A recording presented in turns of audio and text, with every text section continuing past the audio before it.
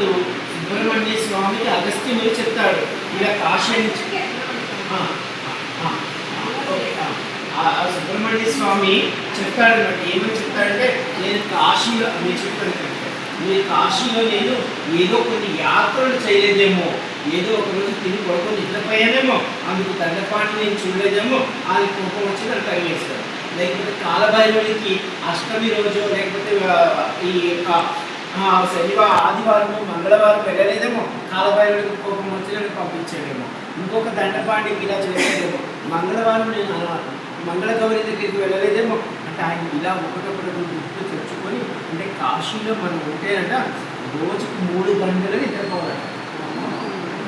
మిగతా 21 గంటలు మనం నిలిచారంటే, ఎందుకంటే కొన్ని కోట్ల జన్మలను తరింప చేయడానికి చివరి జన్మ కాశీ, మోక్షాలకు మోక్షం ఇచ్చేటువంటి నగరము కాశీ. అలాంటి కాశీలో మనం కడుపు నిండా నవపదార్థాలు పంచపక్ష పరిమాణాలు చేసి కొడుకున్నాం అనుకోండి, ఎందుకు మన కాశీ రావడం? కాశీలో అంటే మనం కనీసం నిద్రపోవాలి. కాబట్టి కాశీలో ఇంకా నియమమైందంటే ఆహారం తినకుండా ఓన్లీ ద్రవవాలే తాగాలి.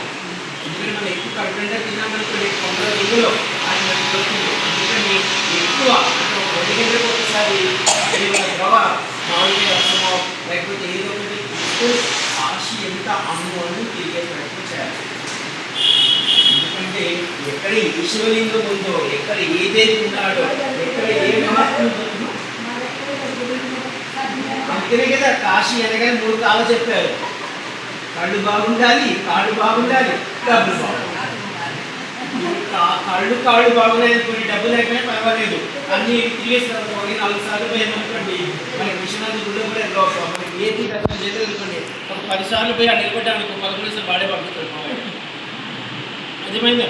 కాబట్టి మనకి కళ్ళు బాగుండాలి, కాళ్ళు అన్నిటికీ బాగుండాలి. అందుకని మేము ఆ కాళ్ళకి ఏమి ఇస్తుందో తిని మనం కాశీలో తిరగాలి.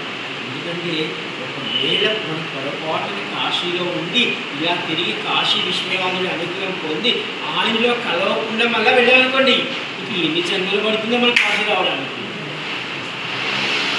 అర్థమవుతుందా?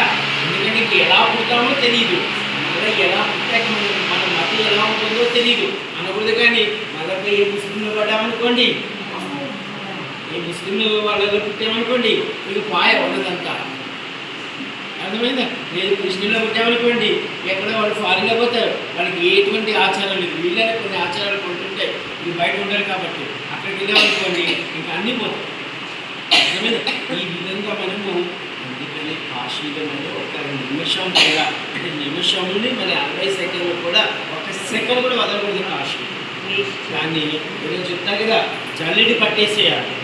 ఏదో సామెతుంది, ఏదో వడపట్టి జల్లి పట్టాలని ఏదో.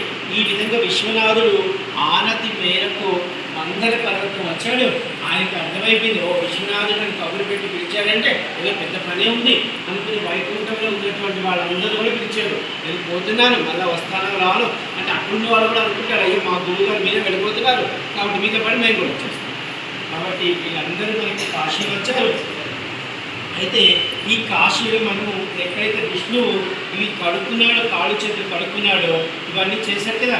కానీ విశ్వనాథ్ ఇక్కడికి వచ్చాయని మీకు చెప్పాను, నేను కొన్ని తీర్థాలను ఏర్పాటు చేశాను.